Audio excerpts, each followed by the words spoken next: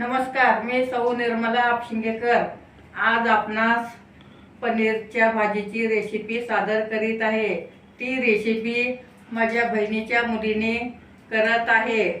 तुम्ही आवर्जून सगळ्यांना पाहिले पाहिजेत।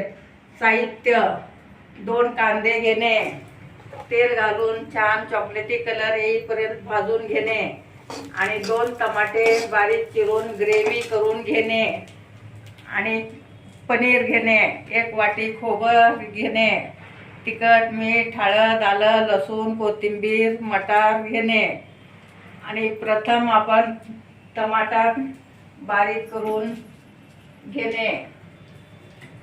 टमाटाची ग्रेव्ही करून घेतल्यामुळे भाजी छान आळून येते। आता टमाटा बारीक झाल्यानंतर कांदा सुद्धा बारीक करून घेणे आणि ही माझ्या बहिणीची मुलगी खूपच छान स्वयंपाक करते आणि झटपट होणारी रेसिपी आहे। तिचे नाव स्वाती आहे। तुम्ही सुद्धा घरच्या घरी करून पाहू शकता। आता कांद्याची ग्रेव्ही करून घेत आहे।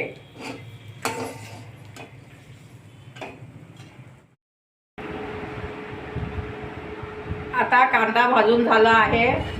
कांदा भाजून झाल्यानंतर खोबर सुद्धा चॉकलेटी कलर छान भाजून घ्या, नाहीतर तळून घ्या आणि टमाट्याची ग्रेव्ही करून ठेवलं आहे। आता खोबर आणि कांदा एकत्र ग्रेव्ही करून घेणे व नंतर पनीर तळून घेणे।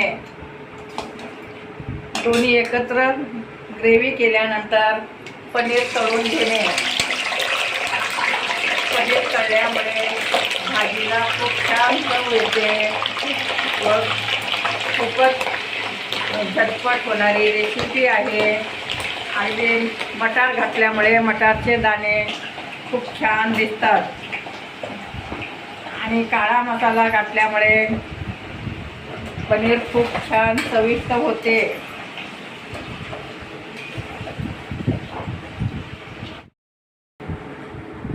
आता कढईत तेल तापत ठेवणे, जिरे मोहरी घालणे। जिरे मोहरी छान तडतडल्यानंतर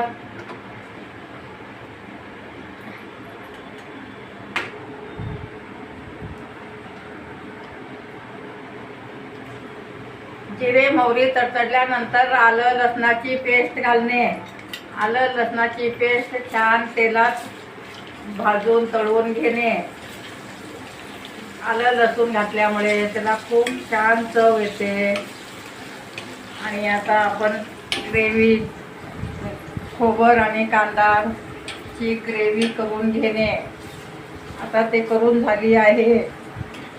कोथिंबीर बारीक चिरून घेणे। पनीर सुद्धा तळून झालं आहे। पनीर मसाला घातल्यामुळे त्याला खूप छान चव येते। पनीर मसाला सुद्धा घालू शकता। अगदी व्यवस्थित आलं लसूण परतून झालं आहे। आलं लसूण परतून घेतल्यामुळे त्याला स्वाद चांगला येतो।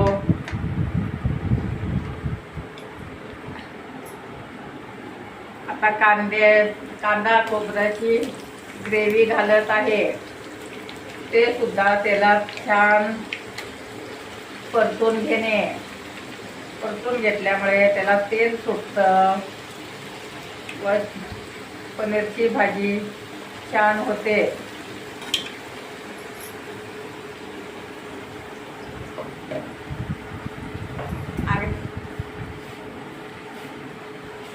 आता तेलात छान परतून घेणे.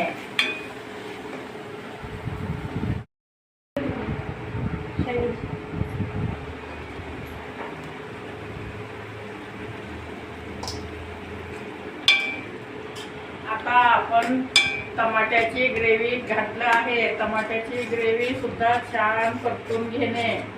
तेल सुटेपर्यंत परतून घेणे. अगदी आता तेल सुटलं आहे. त्यात मटार स्वच्छ पाण्याने धुवून घालणे. मटार सुद्धा छान परतून घेणे. अगदी व्यवस्थित परतल्यामुळे छान चव येते. खायला सुद्धा खूप चव लागते. अगदी झटपट होणारी रेसिपी आहे. नंतर तुम्ही तिखट, मीठ, हळद, मसाला, पनीर मसाला घालून घेणे. ते सुद्धा छान परतून घेणे. चवीनुसार आता हळद घालत आहे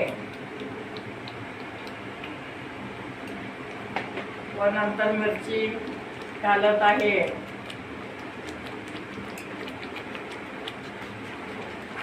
मिरची घातल्यानंतर त्याला खूप छान लाल कलर येतं. ते सगळं परतून घेणे. सगळ्यात शेवटी मीठ घालणे. मीठ घालून छान परतून घेणे.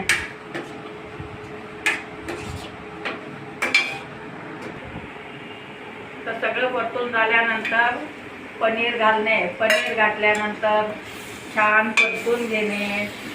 आणि ते व्यवस्थित परतल्यामुळे पनीरला छान कलर येतं व खूपच चविष्ट भाजी होते.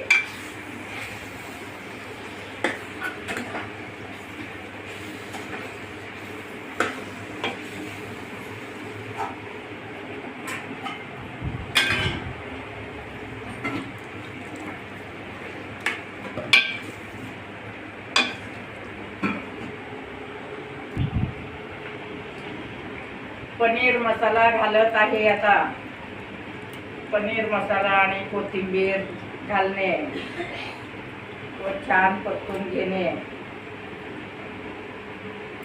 परतून झाल्यानंतर अगदी पाणी तुम्हाला जसं पाहिजे तसं पाणी घालून घेऊ शकता. पातळ करू शकता, घट्ट करू शकता. आता आपली पनीरची भाजी तयार आहे. सगळ्यात शेवटी मीठ घालणे.